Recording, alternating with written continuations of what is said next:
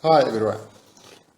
So today I'm going to show you something that I've not recorded a lot. I've recorded depression, recorded a little bit of mania, I've recorded psychosis, I've recorded being suicidal, but I haven't really often recorded mania, like intense mania where it starts bordering on euphoria. So in order for me to, in order for you, if you have bipolar disorder, you will know what mania is. If you don't have bipolar disorder, I'm going to explain it to you. So bipolar disorder is a disorder where you have both depression and mania. If you only have depression, that's unipolar depression, which means you have major depression, you do not have bipolar disorder. In order to have bipolar disorder, it's in the name. People often do not completely understand this. It's in the name. Bipolar, the two poles. You have to go from mania to depression to mania to depression. Okay. So mania is the opposite of depression. Depression is when you're miserable and you are suicidal and nothing makes sense and you don't want to do anything and you're sad and okay. Mania is the opposite. You feel on top of the world, you have a million ideas. If you're a high-functioning mentally ill person, as I am, you become very productive and you do things very quickly and you become very active and so on. Okay. The problem with mania is you get in bipolar disorder, you get what is called mania chasers. Now, I can induce mania by drinking a lot of coffee. That is why in the past I was also a drug addict, because the drugs actually induce the mania, which mania is a better state to be in, for me personally, than depression. Okay. But the problem with mania is it's not you. It's still a state in an illness. Okay. So I'll show you in this video when I was extremely depressed and suicidal and psychotic, so that you can see the actual difference between even the way I speak. My speech is a little bit more pressured, it's a little bit faster, and I'm very, hyper, my face becomes animated and so on. Now the problem with this mania is you can harness it and use it for your own good and become productive and, be high functioning and so on. But the problem is you still, in some sense, lose contact with reality, especially when it starts going into euphoria. I'm not into euphoria yet, but I'm going there. And then you can go over into psychosis. Now, psychosis is a state where you lose contact with reality. You start hallucinating, you start hearing voices, you have olfactory hallucinations, you see things, and so on. Now, I do get psychosis, but it's a very light psychosis. My psychosis, I hear a sound, it's like a knock on the roof that I hear. And my eyes, I've got blue eyes, so they are already sensitive to light, but they become extremely sensitive to light. And then I also get sensory overload in my ears. That is why, that is why I'm such a huge activist against fireworks, because people think it only affects animals. It also affects people like me with mental illness. Attached to my mental illness is a condition called hyperacusis, which means I get a collapsed tolerance to certain sounds. So when I go into, I call it my danger zone.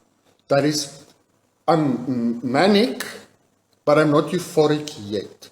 So I'm starting to go into that, and you'll see, maybe you'll see it in the video, I get this twitch in my eye, okay? I start doing this. Audibly, actually, you can hear it. I've broken teeth. I start, grinding my, as in bad, like bad. And then I start getting irritated, and the sounds start irritating me. I have to put my phone off, no radio, no TV. Then I know, okay, I'm now going into my no-go zone.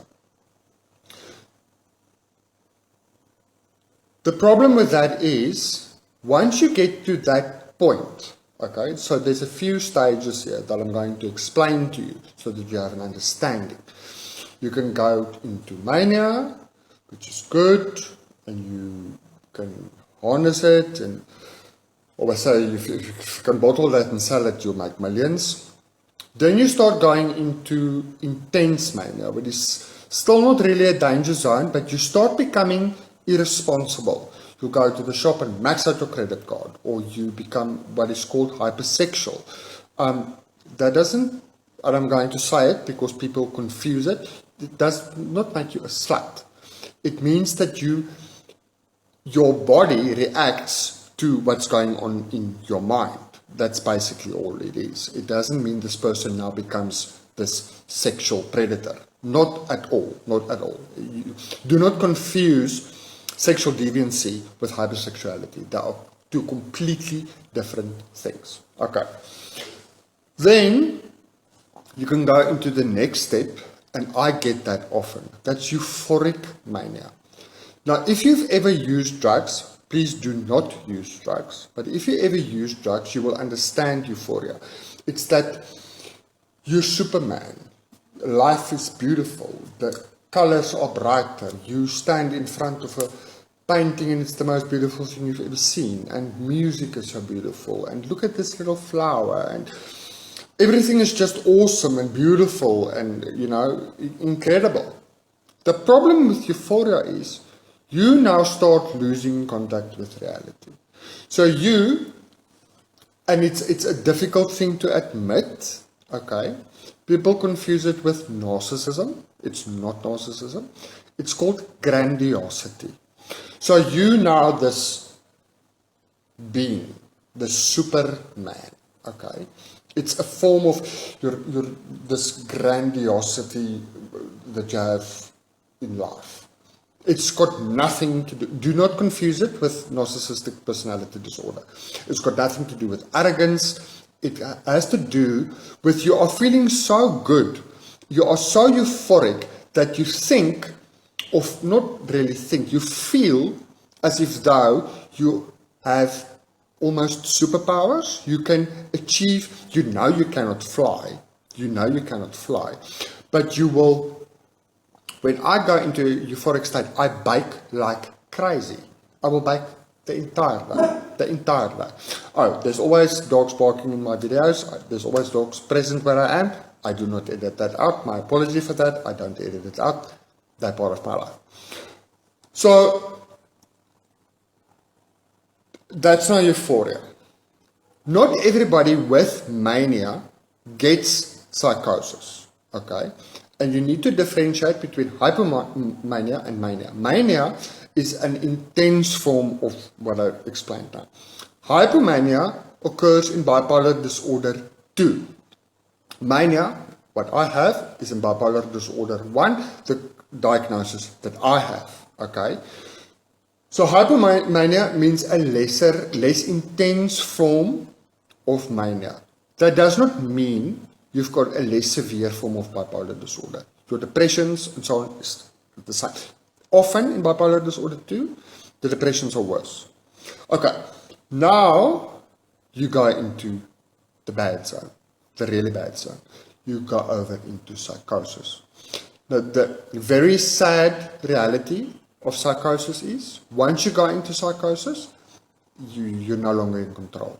Then you need to be taken care of. If your family or your partner or somebody knows that you're in a psychotic state, they need to be protective over you because you're no longer in control of what you're doing. Okay? In law, if you would commit a crying, psychosis in bipolar disorder would be the only Prozac defense. It would be the only defense that would, he was at the time psychotic, legally insane, in other words, for that period of time, so he wasn't responsible for his own actions. The rest of bipolar disorder, if you commit a crime, you commit a crime. It's no excuse. You're still in control of who you are. But if you're in a psychotic state, then it changes. So what helps for this psychosis then?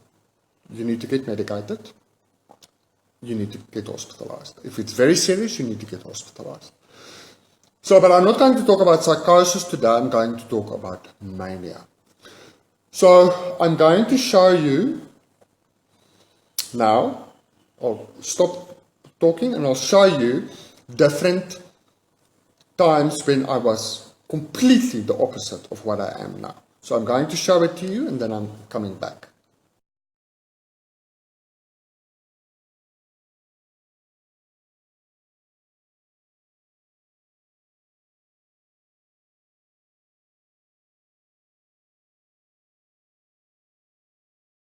Hi. So you saw me now, the complete opposite of what I am now. Quiet, somber, crying, sad, depressed. It's almost as if it's two different people, okay? It's almost as if it's two different people.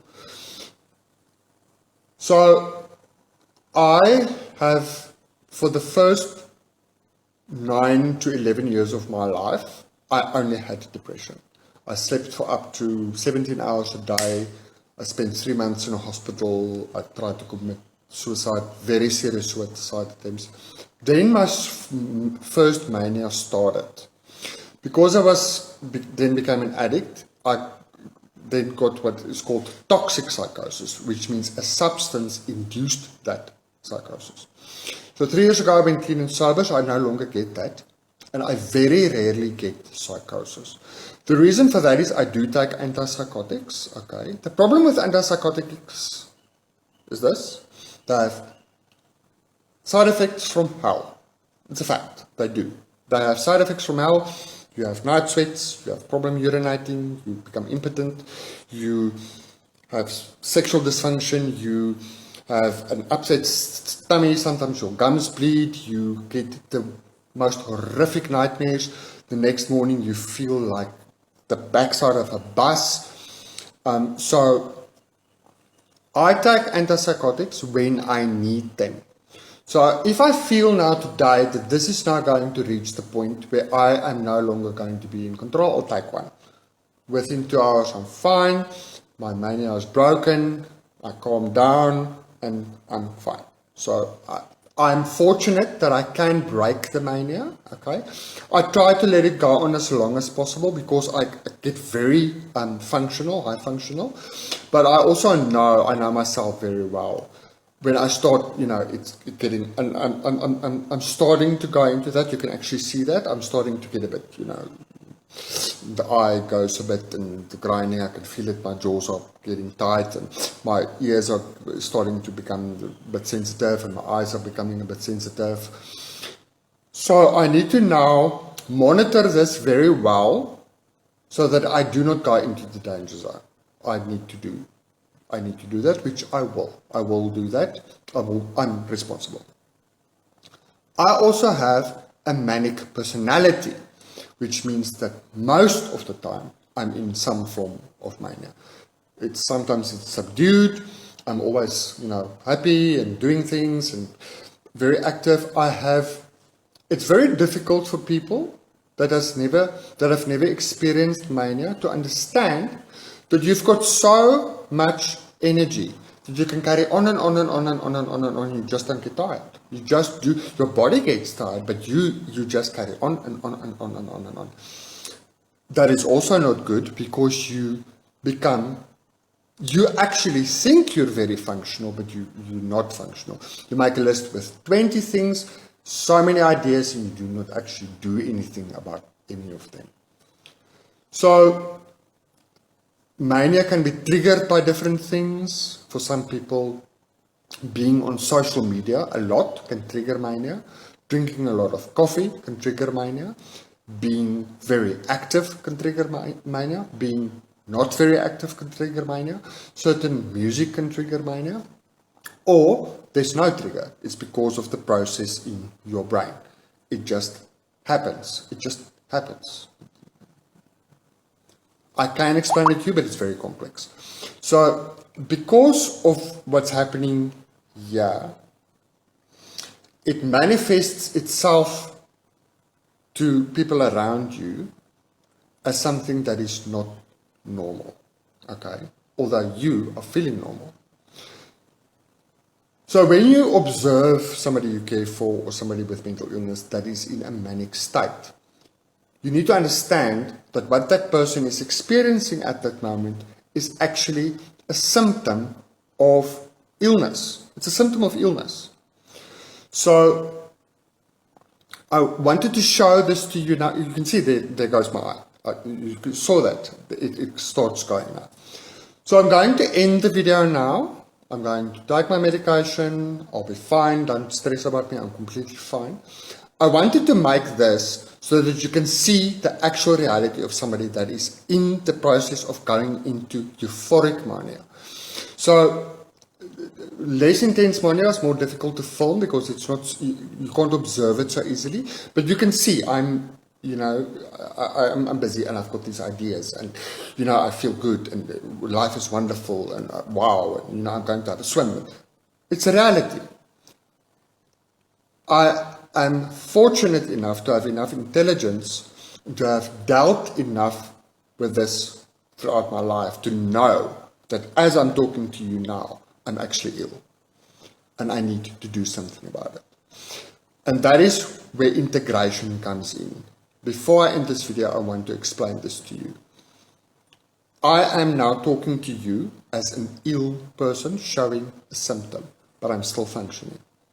I'm not going to go and max my credit card. I'm not going to jump off a roof. I'm not going to be hypersexual and get into bed with every second person. I'm not going to start drinking because I am still in control. Although I'm, it's fine. I can be like this. It's not dangerous. I'm not going to do something stupid because I am still in control. I allow it up to a certain point. The people that care for me and love me know when he's manic. Let's have fun. My friends have a lot of fun with me because I'm manic, because I do any dare and I do anything. So I wanted to show this to you so that you can see the actual reality of the moment before you go into euphoria. Euphoria, I'll try the next time when I don't want to be euphoric today, I've got work to do. So I'm going to take my medication and stop it. But if I do go into euphoria again, I'll show that it's even more intense than this. So I hope that explained mania, the process of going from stability into mania, into intense mania, into euphoria a little bit better. I'm still sane, I'm still Herman, I'm not mad, I'm not a criminal, I'm just a person with bipolar disorder that is showing a symptom of my illness. That is all it is. And because I've learned over the years to integrate this into who I am, I'm able to make this video. Because I always say bipolar by default, but sane by choice. I do have bipolar disorder. I am manic, but I choose to remain in control. So I hope this gives you a little bit more clarity on mania, the process going into euphoric mania in bipolar disorder 1. Thank you so much for watching, and I'll see you soon. And I'm good. I'm fine. Take care. Love you lots, and take care of yourself. Do not chase mania. It's not good. Do not.